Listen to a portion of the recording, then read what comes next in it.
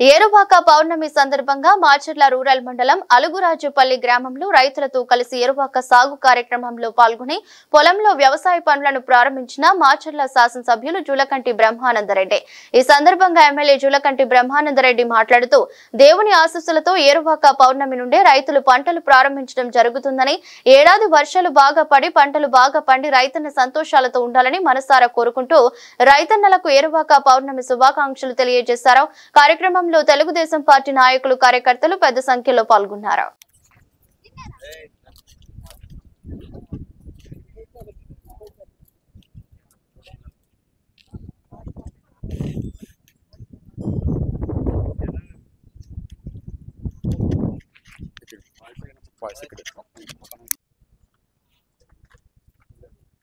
భగవంతుని ఆశీస్సులతోటి ఈ ఏరువాక పౌర్ణమి నుండి మరి వ్యవసాయ పనులన్నీ ప్రారంభమవుతున్నాయి.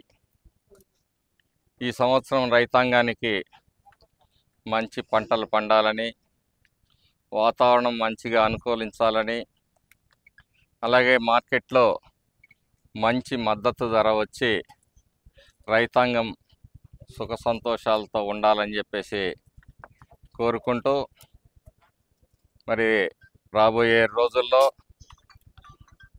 అన్నదాత సుఖీభవ కార్యక్రమం కింద కూటమి ప్రభుత్వం రైతాంగం అందరికీ కూడా మరి ఆర్థిక చేయూతనిచ్చే కార్యక్రమాన్ని వచ్చే నెలలో మరి 15వ తారీఖు నుంచి ప్రారంభించబోతుంది.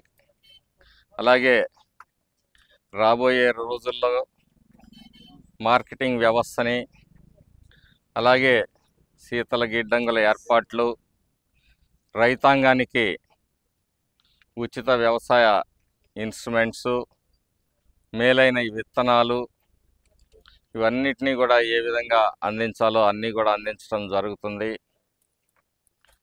అలాగే వ్యవసాయంలో మరి కొన్ని ప్రయోగాత్మకంగా చేపట్టాల్సిన అవసరాలు కూడా ఉన్నాయి.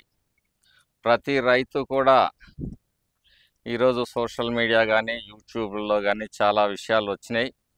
అయితే వాటన్నిటినీ కూడా గుడ్డిగా నమ్మకుండా ప్రయోగాత్మకంగా మన ప్రాంతంలో సాగుకి ఒక 10 సెంట్లో 5 సెంట్లో ఈ సంవత్సరం కొత్త పంటలు ఏదైనా సాగు చేసుకుంటే వాటిల్లో ఫలితాలను బట్టి భవిష్యత్తులో మనం ఏ పంటలు వేసుకుంటే మనకు గిట్టుబాటు అవుతుందనేది కూడా ఆలోచించాల్సిన అవసరం ఉంది.